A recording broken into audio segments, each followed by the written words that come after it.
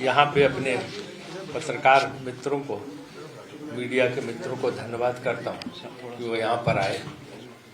और जहाँ तक हमारे साथ मंच पे आसीन हैं, प्रगट सिंह जी हैं, विजेंद्र बीटू जी हैं, बलराज ठाकुर जी हैं, दर्शन सिंह ठाकुर जी हैं और आनंद जी हैं, हमारे जो मीडिया कोऑर्डिनेटर यहाँ से देख रहे हैं। तो जालंधर तो वैसे ही जो है ईपी सेंटर मीडिया का माना जाता है पूरे पंजाब में, केंद्र हमेशा से रहा है, आज से नहीं। तो आप लोगों से मिलकर विशेष रूप से जो है हमें बड़ी प्रसन्नता है यहाँ पे आके। आज जैसा कि आपको पता है कि हमने किसानों की स्थिति को लेके ये आज बुकलेट जारी की है कांग्रेस पार्टी की तरफ से कि किसानों के साथ कितना बड़ा अन्याय मोदी सरकार ने किया है। बुकलेट तो आपको मिल जाएगी, इसके वो रेफरेंस भी मिल जाएंगे आपको जो इसमें जो है क्या क्या है, लेकिन उसके कुछ प्रमुख बिंदु सैलिएंट फीचर्स वो मैं आपके सामने बता देता हूं, जिसमें ताकि आपको जो है वो किस तरह से किसानों का दर्द बढ़ता गया और सरकार के कानों पे जूं न रहेगी। 6 साल बाद सितंबर 2021 में मोदी सरकार ने NSSO की रिपोर्ट, आपको भारत सरकार का ऑर्गेनाइजेशन है भारत सांख्यिकीय संगठन जिसको NSSO बोलते हैं, वो सारी अपनी रिपोर्ट देता। मोदी सरकार की रिपोर्ट है इसी दिसंबर को, माने 2 महीने पहले भी, 2 महीने भी नहीं हुआ कि जो खुद ही मोदी सरकार की पोल खोल रही है। इस रिपोर्ट के मुताबिक किसानों की औसत आय 27 रुपए प्रतिदिन सिर्फ रह गई है, सिर्फ 27 रुपए प्रतिदिन रह गई। जो ये कहते थे कि हम दुगनी आय कर देंगे, 27 रुपए प्रतिदिन रह गई है। और औसत कर्ज 74,000 प्रति किसान हो गया है। इसका कारण है कि उनकी सरकार ने ना तो समर्थन मूल्य बढ़ाया, केंद्र सरकार ने पर्याप्त समर्थन मूल्य नहीं बढ़ाया और न ही समर्थन मूल्य पर खरीदारी की। तो इस दोनों वजह से किसानों की स्थिति बहुत खराब हो गई। एक इसका महत्वपूर्ण पॉइंट ही है। जबकि अगर आपको याद हो 2016 में जो मोदी जी का अपना अंदाज है कि कुछ भी बोलते हैं, कुछ भी वादा करते हैं, कुछ भी आश्वासन देते हैं कि भाई और बहनों, उत्तर प्रदेश की रैली में मोदी जी ने वादा किया कि 2022 तक किसानों की आमदनी दुगनी हो जाएगी और उन पर कर्ज, लेकिन हुआ क्या कि कर्ज 10 गुना बढ़ गया, दर्द 100 गुना बढ़ गया और आज भी 50.2% किसान कर्ज में डूबे हुए हैं। ये स्थिति तो किसानों की है। और आपको पता है कि जब 2014 में के पहले हमारी सरकार थी, मैं योजना मंत्री था भारत सरकार में, मनमोहन सिंह जी की सरकार में, तो हम लोग भूमि अधिनियम कानून लाए थे जिसमें किसानों को उनकी जमीन का उचित मुआवजा मिल जाए। कैसे उस कानून को इन्होंने पलटने की कोशिश की पूरा, लेकिन वो राज्यसभा में किसी तरह से रोका, वरना इन्होंने उस कानून को खत्म करके किसानों की जमीन हड़पने के लिए पूरी योजना बनाई हुई थी। जो गेहूं और धान पर राज्य सरकारें 150 रुपए का बोनस देती थी जब हमारी सरकार थी, वो इन्होंने आके 150 रुपए का बोनस भी बंद कर दिया। और जो फसल बीमा योजना का आपने देखा होगा, जगह जगह होर्डिंग, जगह जगह होर्डिंग, फोटो लगा के इतनी होर्डिंग वगैरह लगाई पीएम के फोटो के साथ। फसल बीमा योजना को निजी कंपनियों को इतना प्रॉफिट हुआ कि अगर मैं उसके आपको डिटेल दूं तो किसानों ने फसल बीमा योजना के तहत जो है अब तक तकरीबन 21,450 करोड़ रुपए किसानों से प्रीमियम ले रखा और निजी कंपनियों को इतना प्रॉफिट हुआ है। इसकी लिस्ट भी इसमें दी, कौन कौन निजी कंपनियों को कितना प्रॉफिट हुआ। कैसे बजाज एलायंस को जो है 1,988 करोड़, AIC को 11,085 करोड़, चोला को कितना है, फ्यूचर जनरल, सब पूरा डिटेल इसमें आपको दिया हो, जो आपको मिल जाएगा किन किन, Shri Ram general, Reliance general, oriental, new India, national, Tata, AIG, United India. तो किसानों से तो खूब प्रीमियम लिया, लेकिन एक्चुअली जब सब गया प्राइवेट कंपनियों की जेब में, एक वो महत्वपूर्ण चीज है। फिर खेती पे दूसरे टैक्स लगा के लागत 25,000 रुपए हेक्टेयर बढ़ा दी। और उसके बाद आपको पता है, आपसे ज्यादा कौन जानता, 3 काले कानून आए जिसमें किसानों की MSP खत्म करने की पूरी योजना थी, किसानों की सारी आमदनी बंद करने की योजना थी। 1-1.5 साल किसान हमारा ठंड में मुसीबतें सहते हुए दिल्ली बॉर्डर पे सब तरफ बैठा रहा। एक बार भी मोदी जी उनसे मिलने नहीं गए। उनके साथ घनघोर अत्याचार हुआ। 700 से ज्यादा किसानों की मृत्यु हो गई, जिनको आज तक मुआवजा नहीं मिला। और पार्लियामेंट में सरकार ने कहा कि मेरे पास कोई आंकड़े नहीं है कि कौन किसान कहाँ मरे। कांग्रेस पार्टी में खुद राहुल गांधी ने AICC में सारे नाम दे दिए कि इन किसानों के परिवार, उनके फोन नंबर ये हैं, आप उनको मुआवजा दे दिए। आज तक सरकार ने उसका कोई जवाब नहीं दिया। लेकिन जो है अपने जो लोग हैं उनको मुनाफा कमाने के लिए हर कोशिश सरकार की तरफ से हो रही है।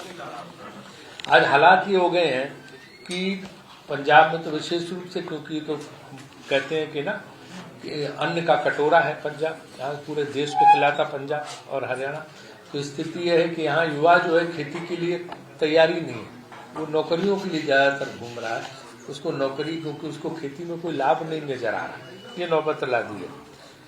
पशुपालन का भी बुरा हाल है। जो पहले लोग जो है जानवर पाल के अपना वो जो करते थे, उनकी आमदनी होती थी, वो भी सिर्फ 16.24 पैसे ही रह गई है अगर आप पशुपालन करते हैं। और ये उन्हीं की सब रिपोर्ट से है, जो भारत सरकार की रिपोर्ट है उसी से सारे डिटेल मिल रहे हैं। मोदी सरकार की रिपोर्ट इस बात का खुलासा करती कि धान और गेहूं को छोड़कर किसी भी फसल पर MSP 6% से अधिक नहीं खरीदी जाती है और 57.4% किसानों को उस बाजार मूल्य जो MSP से कम था से भी कम दाम मिले। और जबकि हमारी अपनी सरकार ने, जो हमारी थी मनमोहन सिंह जी की सरकार, उसने 205% बढ़ोतरी जो है MSP में की थी, समर्थन मूल्य में की थी। तो ये तो किसानों के बारे में रिकॉर्ड है इनकी सरकार का, और इसके मुकाबले कांग्रेस की सरकार जो केंद्र में होती थी। तो मोदी जी का मैंने आपके सामने सारा ब्यौरा रखा। अब ये है कि सवाल उठता कि खुश कौन, कि तो किसानों के हालत हो गए, गांव के हालत हो गए, क्या शहर वाले खुश हैं? एक एक व्यापारी, एक एक दुकानदार, आप उससे पूछ लीजिए। GST से तंग, जो GST की स्लैब मोदी सरकार ने वहां बनाई और जिसपे अकाली दल ने भी पूरी सहमति दी संसद में वहां पे, और हम लोग विरोध करते रहे वहां की मत करो इस तरह से, क्योंकि जो हमने GST बनाई थी उस समय गुजरात के तत्कालीन मुख्यमंत्री नरेंद्र मोदी जी ने उसका विरोध किया था, जिसमें एक स्लैब थी और एक हमने अपर लिमिट फिक्स की थी, उसके ऊपर नहीं होगा और लोगों को राहत मिलने वाली। इन्होंने जो GST बनाई, इतनी जटिल, इतनी कॉम्प्लिकेटेड GST बनाई कि उससे आज हर आदमी जो है परेशान, और एक तरह से टैक्स आतंकवाद चल रहा, इतना तंग किया जा रहा है। आप अपने किसी व्यापारी मित्र से पूछ लीजिए, किसी जो है बिजनेसमैन को पूछ लीजिए, छोटे या बड़े, हर एक को या तो GST का नोटिस होगा, या ED का नोटिस होगा, या इनकम टैक्स का नोटिस होगा, या कस्टम का नोटिस होगा, एक्साइज का नोटिस होगा, तंग करके रखा हुआ। मैं तो समझता हूँ कि जो व्यापार कर रहे हैं उनको वीरता पुरस्कार देना चाहिए इस देश में, कि कितनी मुसीबतों में सरकारी आतंकवाद के रहते हुए भी, वो केंद्र सरकार के आतंकवाद के रहते हुए किस तरह से व्यापार अपना चला रहे हैं। तो ये जो व्यापारियों को भी दिक्कत है, दुकानदारों को भी दिक्कत है, छोटे छोटे व्यापारियों को भी दिक्कत है, और बड़े व्यापारियों को भी दिक्कत है, उद्योगपतियों को दिक्कत है, सभी परेशानी में है इस सरकार से। और नौकरी पेशा का तो बुरा ही हाल है, उसका भी अपना बुरा हाल है, और युवा परेशान है, युवा को नौकरी नहीं मिल रही। अनएम्प्लॉयमेंट, बेरोजगारी इतनी बढ़ गई है, खासतौर से नोटबंदी के बाद और उसके बाद कोरोना के बाद, कि इन्होंने नकल तो की ट्रंप की, कि ट्रंप ने लॉकडाउन लगा दिया, इंग्लैंड में लॉकडाउन, तो नकल तो उनकी कर ली, लेकिन उन्होंने क्या किया कि उन्होंने हर एक को सरकारी खजाने से पैसा देकर उनको जो है कॉम्पनसेट किया। वहां की कोई इंडस्ट्री को कोई नुकसान नहीं, कोई व्यापार को कोई नौकरी पेशा को कोई नुकसान नहीं, सबकी तनख्वाहें सरकार ने दी। आपने लॉकडाउन तो ऐसे ही लगाया और दिया कुछ नहीं, उल्टे जो सरकार की वसूली थी वो चढ़ के छाती पे ली, उसके ऊपर जो है ब्याज लगा के आपने सरकार वसूली ली। तो जिसकी कमाई नहीं हुई लॉकडाउन में, उसके बेचारे का क्या होगा? और फिर इलाज वगैरह का हाल आपको पता, उत्तर प्रदेश में क्या हुआ, गंगा के किनारे लाखों लाशें, और न प्रधानमंत्री का पता न मुख्यमंत्री का पता। उत्तर प्रदेश के न मुख्यमंत्री न प्रधानमंत्री जी हमारे रेडियो पे आ रहे थे, न टीवी पे आ रहे थे। तो ये जो बुरा हाल कोरोना काल में किया, नोटबंदी के बाद किया, और उसके बाद लगातार जो अर्थव्यवस्था को उन्होंने सत्यानाश किया, उससे आज किसान परेशान है, मजदूर परेशान है, उद्योगपति परेशान है, व्यापारी परेशान है, दुकानदार परेशान है, नौकरी पेशा परेशान है, युवा परेशान है और महिलाएं परेशान। समाज के हर वर्ग को इन्होंने बहुत बुरे हालात में पहुंचा दिया। ये इनकी एक तस्वीर है। मेरा अपना जो कहना है कि अगर आप दिन याद करें तो अब तो हमारे विरोधी भी कहते हैं कि यार जब जब कांग्रेस आती है खुशहाली आती है, जब जब देश में कांग्रेस की सरकार है, चाहे नरसिम्हा राव जी की सरकार हो, चाहे राजीव गांधी जी की सरकार हो, चाहे जो है उसके बाद जो है मनमोहन सिंह जी की 10 साल की सरकार हो। मैं अर्थव्यवस्था की बात करूँ, 1991 से रिफॉर्म उसके बाद किया, पहले के प्रधान नेहरू जी, इंदिरा जी, सबका तो था ही, शास्त्री जी और सब लोगों का। लेकिन आपने देखा हो कि अर्थव्यवस्था और लोगों की मदद जो बूम आया, जो अर्थव्यवस्था में हमेशा जो है बूम आया, जो अर्थव्यवस्था देश की बढ़ी, जो खुशहाली आई, हमेशा कांग्रेस सरकारों में आई है। और आज हम पंजाब को भी आश्वासन देना चाहते हैं कि अगर यहाँ पे कांग्रेस की सरकार आपने दोबारा स्थापित की तो हम पूरी कोशिश करेंगे कि यहाँ जो केंद्र सरकार के ने जो सत्यानाश किया, केंद्र सरकार के असहयोग रवैये के बावजूद हम यहाँ पर ऐसी योजनाएं लाएंगे जिसमें राहुल जी ने पहले बोला 72,000 रुपए गरीब परिवारों को देना, जो न्याय योजना है वो पूरी लागू करेंगे। और उसके अलावा यहाँ 2 चीजों की आज मैं महत्वपूर्ण ढंग से जलंधर में बोल रहा हूँ, 2 चीजों की गारंटी मैं यहाँ से दे रहा हूँ। एक तो दिमाग से भी निकाल दो कि दोबारा आतंकवाद लौट के आएगा। किसी कीमत पे हम आतंकवाद नहीं लौटने देंगे, किसी कीमत पर कट्टरपंथियों को नहीं बढ़ने देंगे। कट्टरपंथियों को खत्म भी कांग्रेस ने किया, कांग्रेस सरकारों ने हमेशा। इस यहाँ से आतंकवाद भी कांग्रेस की सरकार, बेअंत सिंह की सरकार ने खत्म किया था। इसके बाद लगातार हम हमेशा जो है आतंकवाद के खिलाफ लड़ते रहे। तो लोगों को बिल्कुल दिमाग में चिंता नहीं रखनी चाहिए, चाहे शहर के लोग हों चाहे देहात के लोग हों, कि ना तो यहाँ आतंकवाद लौट के आ पाएगा, उसके लिए हम कुछ भी करेंगे। और सुख शांति जो समाज की है उसको भी हम खत्म नहीं होने देंगे, वो भी भंग नहीं हो। जो हमने समाज को जोड़ के रखा, समरसता रखी, वैसी रहेगी, वैसे ही खुशहाल पंजाब रहेगा, वैसे ही भाईचारा रहेगा, वैसे ही लॉ एंड ऑर्डर रहेगा और आतंकवाद विहीन पंजाब रहेगा। ये हम यहाँ पर वादा कर रहे हैं अगर हमारी सरकार यहाँ पर दोबारा आप लोग लाते हैं, जनता, प्रदेश की जनता समझा है। इसलिए वो चिंता छोड़ देनी चाहिए। ये जो बंटवारे, जो लोग ये टकराव कराना चाहते हैं वोट के लिए, जो समाज को बांटना चाहते हैं वोट के लिए, जो किसी भी कीमत पे किन्हीं भी तत्वों से मिलके, खतरनाक तत्वों से मिलके, कट्टरपंथी तत्वों से मिलके उनके जरिए वोट हथियाना चाहते हैं, ऐसी सारी ताकतों के मंसूबों को हम खत्म करेंगे।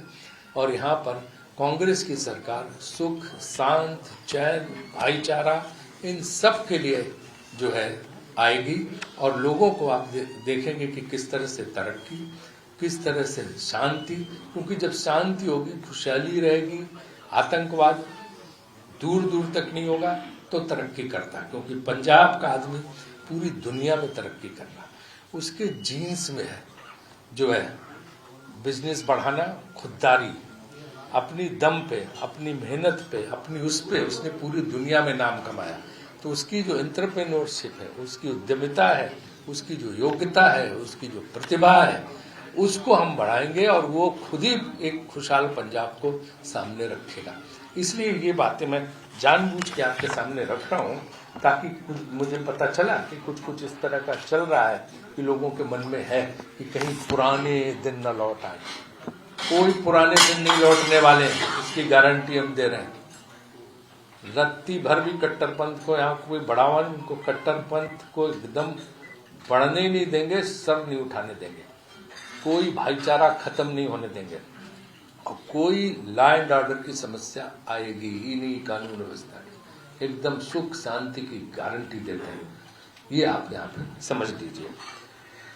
दूसरी चीज ये कि जो पॉलिसीज है जीएसटी वगैरह की जिस तरह से तंग करते हैं, हम उसका भी निराकरण करेंगे ताकि यहाँ के व्यापारी जो लोग हैं, बिजनेसमैन हैं, दुकानदार हैं, उनको किसी किस्म की तकलीफ ना हो, उसके निराकरण की भी हम कोशिश करेंगे और उसमें कोई दिक्कत नहीं आने देंगे। अभी आपने देखा होगा कि हमारे वो तो इनका फार्मूला है कि जहाँ चुनाव हो वहाँ केंद्र सरकार की एजेंसीज को लगा दो। उसके पहले ना वो उनको पता ही नहीं होता कि अचानक जहाँ चुनाव शुरू होते हैं वहाँ जो भी जिस दल के खिलाफ, जो केंद्र सरकार के खिलाफ दल होता है, उसमें अचानक जो है उन्हें लगने लगता भ्रष्टाचार होने लगा, तुरंत छापे पड़ने लगते हैं। तो यहाँ भी आप देख रहे हैं, पहले बंगाल में ममता बनर्जी के भतीजे और ममता बनर्जी के लोगों पर छापे डाले, इसी तरह से उन्होंने तमिलनाडु में डीएमके के छापे डाले, उनके सारे स्टालिन उनके लोगों के ऊपर छापे डाले। इसी तरह से दूसरे राज्यों में भी, महाराष्ट्र में भी चुनाव के वक्त उन्होंने छापे डालने शुरू किए थे, ईडी को लगा के, सीबीआई को लगा के वहाँ छापे डालने शुरू किए। लेकिन जनता भी बहुत भाई कमाल है, जितनी जोर से इन्होंने छापे डाले बंगाल में, वैसे ही उसने सबक सुनाया, उतनी जोर से ममता को जिताया, वो इतनी जोर से उसने डीएमके को जिताया वहां से, जितने उन्होंने छापे डाले, इतनी जोर से उसने जो है महाराष्ट्र में भी इनके छक्के छुड़ा दिए। अब इन्होंने पंजाब में हरकत की है चन्नी जी के साथ, यहाँ की जनता भी इसका पूरा बदला लेगी और इनके छक्के छुड़ा देगी, क्योंकि एक प्रयास हो चुका है पंजाब को बदनाम करने का कि पंजाब जो है, जो पिछले दिन घटना हुई थी यहाँ पे है, और उसको लेकर स्वयं चन्नी जी ने कहा था कि प्रधानमंत्री की सुरक्षा के लिए तो अपना खून देने को तैयार, मैं गोली खाने को तैयार। ऐसा कुछ नहीं हुआ था, लेकिन इतना तमाशा हुआ कि कैसे हर चीज का, तो मैं मानता हूँ उसकी इंक्वायरी चल रही सुप्रीम कोर्ट से, लेकिन राजनीति हमेशा जो सुरक्षा का विषय है, राष्ट्रीय सुरक्षा हो, प्रधानमंत्री की सुरक्षा हो, और जो संवैधानिक पदों पर बैठे लोगों की सुरक्षा, इसको राजनीतिक रंग नहीं देना चाहिए, राजनीतिक विवाद नहीं बनाना चाहिए। ये जो है बिल्कुल गलत बात है। तो इसलिए जो है मैं आप लोगों के सामने सारी बातें हमने रखी हैं। अब कोई प्रश्न हो तो आप हमसे कर सकते हैं।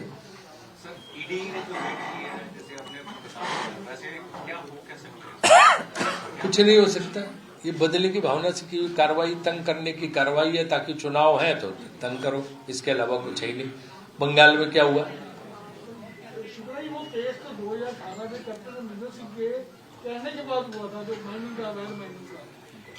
तो 18 से सो रहे थे, ईडी कहाँ थी? चुनाव के वक्त ईडी आती है। इसका नाम नहीं था उसमें, हाँ, और चन्नी के भतीजे का नाम भी नहीं था उसमें। और चन्नी ने तो जो पॉलिसी लगी कि रेता सस्ता कर दिया, पहली बार रेता पे पॉलिसी कोई लाए तो चन्नी जी लाए। उनसे ज्यादा कोई साफ सुथरी सरकार इस मामले में चला रहा है क्या? सर, पंजाब कांग्रेस को कुछ कहना चाहोगे, कुछ संदेश देना चाहोगे? पंजाब कांग्रेस पे क्या संदेश चाहते हैं आप? काफी ऊपर लेवल ਦੇ ਹਾਲਾਤਾਂ ਜਿਹੜੀ ਸਾਹਿਬ ਵੀ ਕਾਫੀ ਬਿਆਨ ਦੇ ਜਾਂਦੇ ਆ, ਤੁਸੀਂ ਅਨਾਉਂਸਮੈਂਟ ਵੀ ਕਰ ਦਿੱਤੀਆਂ, लेकिन वो कुछ इंप्लीमेंट वाली गल ही नहीं लगी। चन्नी साहब ने भी इशारा दिता क्या ये कि ऐसा भी कोई गल नहीं है, कुछ अनाउंसमेंट कर दी, 5वीं वाले को 5000 देवांगे, 10वीं वाले को 10000 देवांगे। मैं कर दूं। हाँ, ये बताइए। मैं ये लीजिए माइक लीजिए। आजकल यही खेलते हैं। मेरे नाल ही अटैच सवाल है सर, सवाल है कि सुखबीर बादल ने कहा ਮੈਨੂੰ ਜਿੰਨੇ ਮਰਜ਼ੀ ਸਵਾਲ ਕਰ ਲਓ, ਕੋਈ ਰੌਲਾ ਨਹੀਂ। ਵੈਸੇ ਤਾਂ ਮੈਂ ਸਭ ਤੋਂ ਪਹਿਲਾਂ ਤੁਹਾਡਾ ਸਾਰਿਆਂ ਦਾ ਧੰਨਵਾਦ ਕਰਦਾ।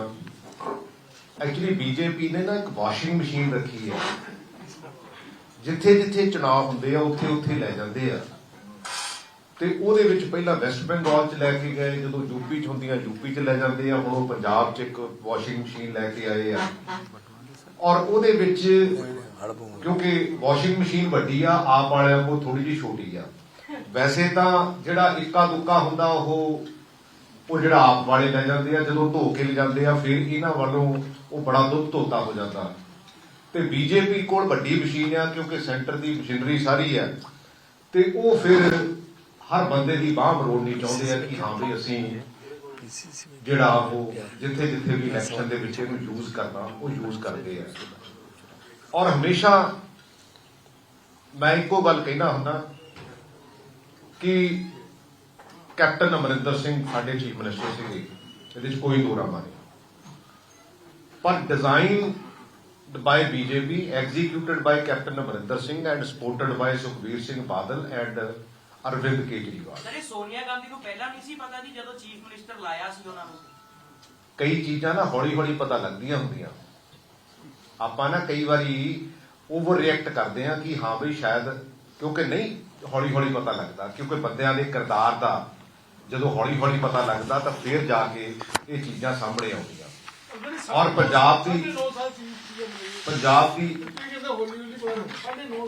ਮੈਂ ਕਹਿ ਰਿਹਾ ਵੀ ਨਹੀਂ ਪੀਰੀਅਡ ਹੁੰਦਾ, ਪਰ ਕਈ ਵਾਰੀ ਬੰਦਿਆਂ ਦਾ ਨਹੀਂ ਵੀ ਪਤਾ ਲੱਗਦਾ।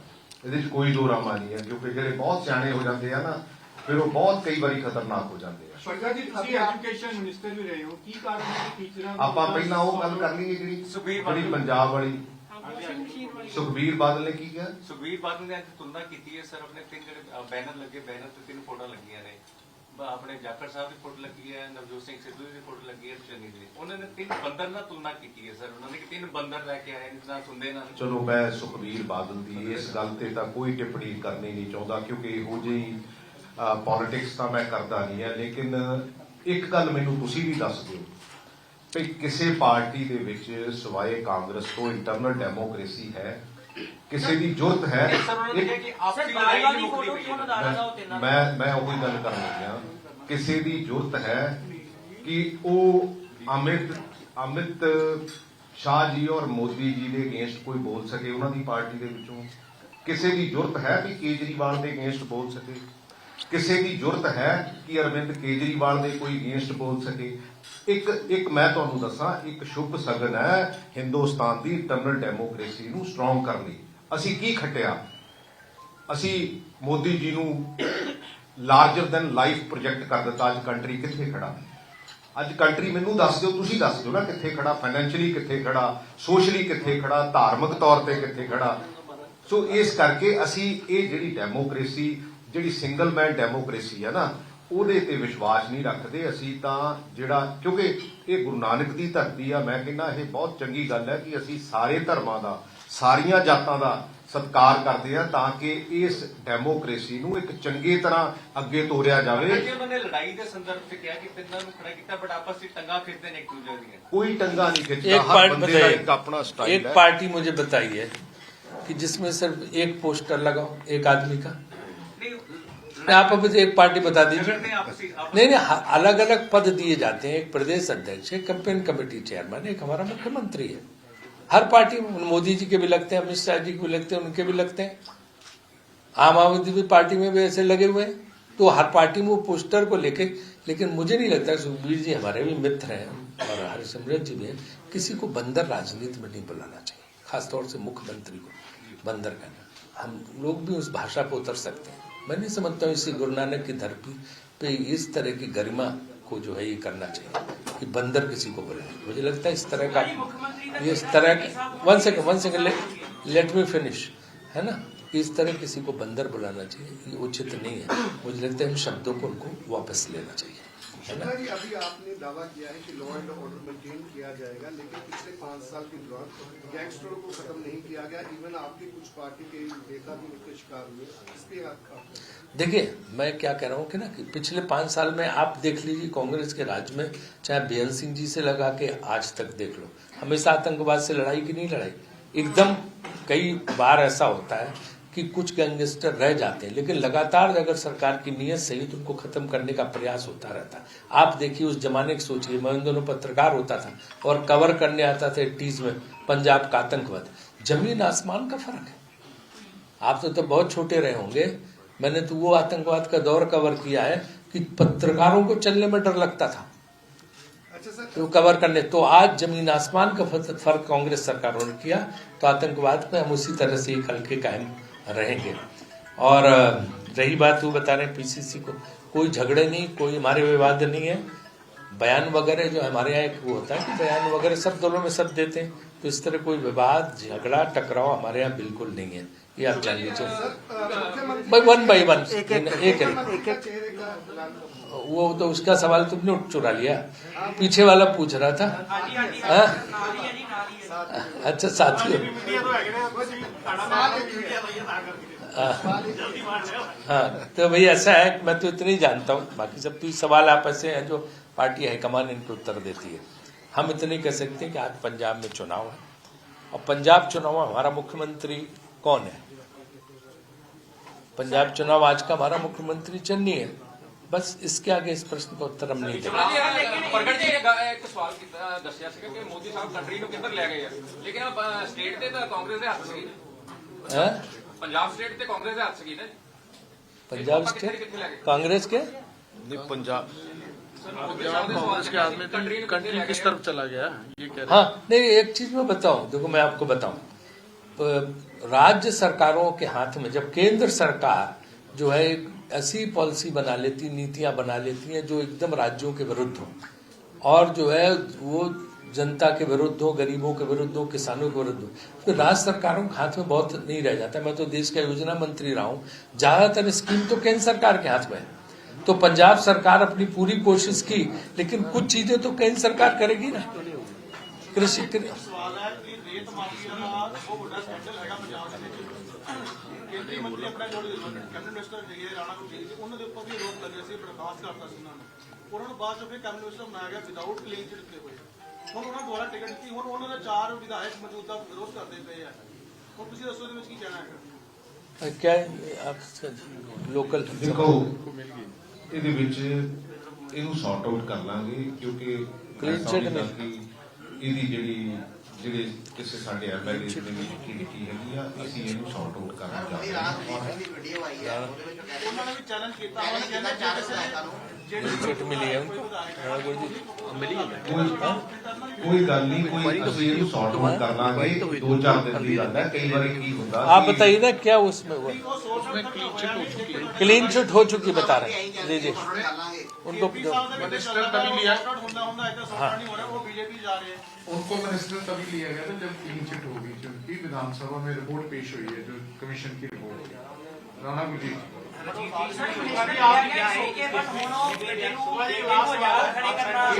ऑर्गेनाइजेशनल मैटर है, वो जनसंघ की ऑर्गेनाइजेशन।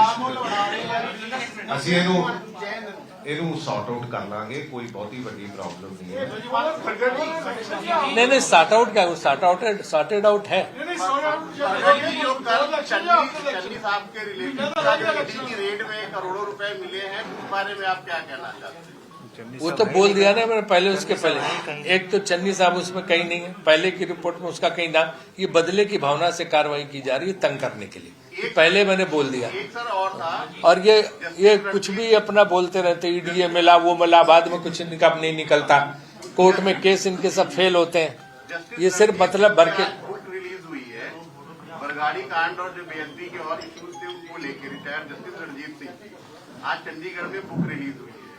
उस बुक में जो है उन्होंने काफी कुछ जो है जो एक्स डीजीपी रहे और सीएम रहे हैं उन पर उन्होंने सारा वो किया है कि हाँ इनकी भूमिका उसमें थी। इस बारे में आपका क्या कहना? देखिए हमने अब किताब पढ़ी नहीं है, और जब तक हम किताब पढ़ दें बिना ऑथेंटिसिटी के हम नहीं बोलते। आप प्रगट जी आपका इस पे कुछ प्रगट जी क्या बोले, उन्होंने भी नहीं पढ़ी है। पढ़ी तो नहीं, अभी क्योंकि तो जब चुनाव में पढ़ी लगे फिर मैं हैं, तो जरूर इसलिए कोई ना मुझे कोई नहीं लगता comment कि करूंगा। किसी की व्यक्तिगत किताब पे कोई टिप्पणी करनी चाहिए, है ना। जो एक्शन लेना है, जो उस पर कार्रवाई करनी थी, चन्नी सरकार ने किया है। हाँ, what is your question? Sir एक वन क्वेश्चन है, आप सेंटर से आए हैं हाँ और पंजाब की जितने नगर निगम है इसमें भ्रष्टाचार कम होने का नाम नहीं ले रहा। 15 साल से, पहले अकालियों की सरकार थी, अभी भी सड़कें टूटी हुई हैं और ये बहुत बड़ा मुद्दा है पंजाब का। आप कॉमन मैन से इलेक्शन में उम्मीद करते हैं कि वो आपको जिताएं, इसके बारे में आप क्या कहना चाहेंगे? नगर निगम का भ्रष्टाचार, देखिए सड़कों की समस्या, आम आदमी दुखी है इस बात से। सड़कों की समस्या पूरे देश में है, इसलिए प्रधानमंत्री ग्राम सड़क योजना शुरू की गई थी, प्रधानमंत्री सड़क योजना शुरू की। मनमोहन नरसिम्हा राव जी ने इसकी शुरुआत की थी, फिर इसको अटल जी ने कंटिन्यू किया, और इसके बाद मनमोहन सिंह जी ने भी बहुत सड़कों के लिए पैसा दिया, योजना आयोग से बहुत पैसा गया। और यहाँ पे मैं तो पहले आता था अमृतसर से जलंधर, बड़ा टाइम लगता था, कल तो मुझे ज्यादा टाइम नहीं लगा। चंडीगढ़ जाने में टाइम, तो अगर सड़कें ठीक नहीं हुई हैं तो ये सरकार जो है, देखो भी मैं आपकी बात से सहमत हूँ, सब जगह सारी सड़कें ठीक नहीं, लेकिन बहुत सुधार हो रहा सड़कों में है, और डेवलपमेंट प्रोजेक्ट्स भी बहुत शुरू हो रहे हैं। सुधार इतना हो रहा है कि एक सड़क बनाई 15 दिन पहले, तो 15 दिन बाद सारी हाथों से इकट्ठी करके ट्रक बार-बार के बच्चे ले जाएंगे। देखो ऐसा सुधार हो रहा है। एक चीज बताओ, अगर आप एक एक सड़क को लेके जो है सवाल पूछेंगे तो एक एक सड़क तो हर जगह आपके साथ बैठे नहीं, वो हर जगह ये इस तरह। अब देखो आप इशू ऐसा बड़ी बात यह है ठेकेदार के ऊपर कोई कार्रवाई नहीं हुई। देखिए, आप जो है आप प्रदेश स्तर के पत्रकार कोई हैं, बात नहीं है। राष्ट्रीय स्तर के पत्रकार हैं आप लोग अगर एक एक मोहल्ले की सड़क पे सवाल पूछेंगे तो शायद कोई जवाब नहीं दे पाएगा। हर कि आपने प्रेस कॉन्फ्रेंस में प्रगट जी को और बिट्टू जी को साथ बिठाया और आप बार बार उन्हें बोलने से क्यों रोक रहे हैं?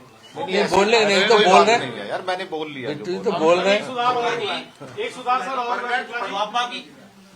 एक सुधार और हुआ सर कि आजादी के 70 साल बाद में अखबार में ये खबर लगती है कि फलाना एमएलए सड़क का उद्घाटन कर रहा है, जबकि इसकी जरूरत नहीं। सड़क तो वैसे मैं आपका सुझाव स्वीकार करता हूँ। सम्मान पंजाब में जो विधानसभा चुनाव हो रहे हैं, आपको ओवरऑल क्या लग रहा है कि इस चुनाव का रिजल्ट क्या होगा? इस चुनाव का रिजल्ट जो मुझे लग रहा है, मेरा अपना फीडबैक है जो मैं सब तरफ से जरूरत लेता हूँ कि कांग्रेस फिर से भारी बहुमत से आ रही है यहाँ पे।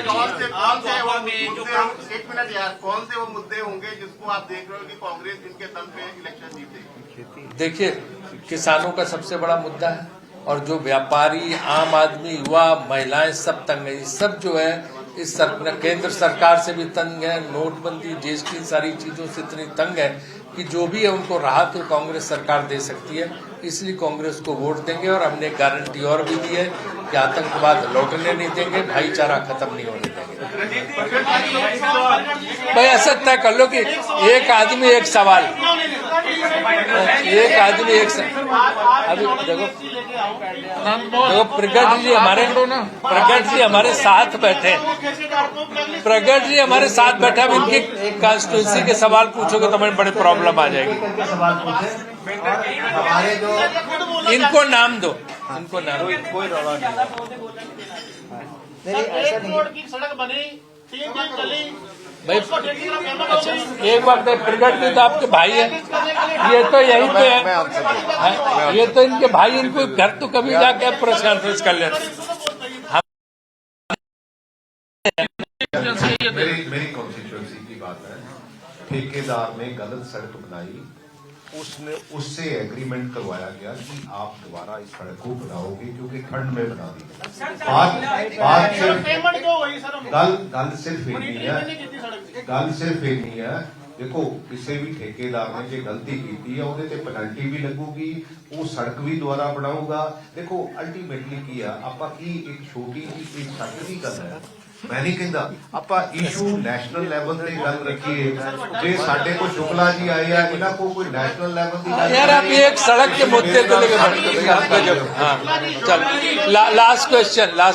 शुक्ला जी, दुआबा की जो अभी पॉलिटिक्स हो रही है कांग्रेस की, उसमें गुटबंदी देखने को मिल रही है। राणा गुरजीत अपने बेटे को उतार रहे हैं चीमा के खिलाफ। 4 विधायक मौजूदा हरीश रावत और सोनिया गांधी जी को लेटर लिख रहे हैं कि इनको हटाया जाए। इस पर आपका क्या कहना है? राणा गुरजीत ऐसा क्यों कर रहे हैं? वो हाईकमान उस मामले को देख रहा है, high command is looking into that matter. और बोलिए। ये चन्नी जी के ब्रदर ने भी एक सॉर्ट ऑफ बगावत कर दी है पार्टी के खिलाफ। अगर सीएम के हर चुनाव में थोड़ा बहुत होता है, अपने आप सब सॉर्ट आउट हो जाएगा। सीएम का स्टेटमेंट ये शुरुआत में होती है, आखिरी में जब चुनाव शुरू होगा तो आपको कोई दिक्कत नहीं मिलेगी। सब ऑलरेडी मुख्यमंत्री बात कर चुके हैं उनसे। ये महेंद्र सिंह यो स्थानीय मामला है, क्या टिकटों में तो एक कमेटी बनी हुई है, और हाईकमान उस पर विचार कर रहा है। और कोई इम्पोर्टेंट इश्यू हो तो पूछो। मैं तो सोचता कि जलंधर वाले बहुत चन्नी जी को दुआबा से फील्ड करने का पहले प्लान था, पर वो जब से स्टॉल हुआ अभी लग रहा है कि शायद वो नहीं आएंगे। उससे काफी मुझे लगता है इधर फर्क पड़ा है। किसने प्लान बनाया था? आप ही के स्क्रीनिंग कमेटी से निकलती है। ये तो कहाँ से बात आपने कह दी? प्लान कोई आपको कहाँ से प्लान पता? कुछ ऐसा प्लान नहीं। ये सब मीडिया के कयास होते हैं, ऐसा कुछ भी नहीं। शुक्ला जी, पंजाब में कांग्रेस का किस पार्टी से मेन मुकाबला आप देखते हैं? देखिए, मेरा तो मेन मुकाबला किसी को, यहाँ पे पूरा सामने विपक्ष बिखरा पड़ा हुआ है जिनका कोई अस्तित्व नहीं है। कांग्रेस का कहीं किसी से मुकाबला, कहीं किसी से मुकाबला, कहीं किसी से कांग्रेस सब जगह, बाकी पॉकेट्स में है। कांग्रेस का इंटरनल मुकाबला चल रहा है, उस बारे में ये आप क्या कहना अरे इंटरनल मामला ज्यादा महत्वपूर्ण नहीं, कुछ इसकी चिंता मत करिए। हमें एक पार्टी बता दी जिसमें इंटरनल मामला। अच्छा मैं कह रहा हूँ हमें एक पार्टी, अब आप तो बड़े प्रखर प्रतिक्रिया हैं, एक पार्टी बता दी जहाँ इंटरनल मामला न हो। इंटरनल मामला आप बताओ किस पार्टी में? अभी तो किसी की पार्टी में नहीं है। सारी पार्टी में आप देखो ना, बेचारा अखिलेश यादव की जो वो है वो आज उसने ज्वाइन कर लिया, तो ये सब चलता रहता है। आपकी अभी तक दूसरी लिस्ट नहीं आई। आ जाएगी ना, आपसे पूछ के, जब आप परेशान ना हो आपको जाएगी। आप तो नहीं मांग रहे हो ना, तो फिर क्यों परेशान, लिस्ट आ जाएगी, उसके पहले आ जाएंगी। सर आप क्रिकेट से शौक रखते हैं, कांग्रेस में इंटरनल आईपीएल चल रहा है, लेकिन जो कांग्रेस की टीम है वो कहीं इंडियन टीम की तरह बाहर जाके हार तो नहीं जाएगी? आईपीएल में कहाँ इंडियन टीम होती है? सर आईपीएल में जो इंटरनल सवाल का होमवर्क तो कर लिया करो। आईपीएल में इंडियन टीम ही नहीं होती है।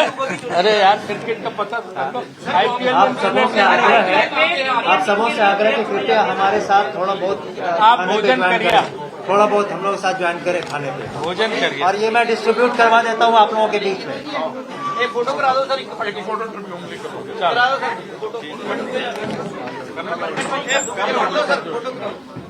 चक लो जी, हाथ में पकड़ लो आप ही ये किताब चक लो, ये ला दो सर, एक आप पकड़ लो।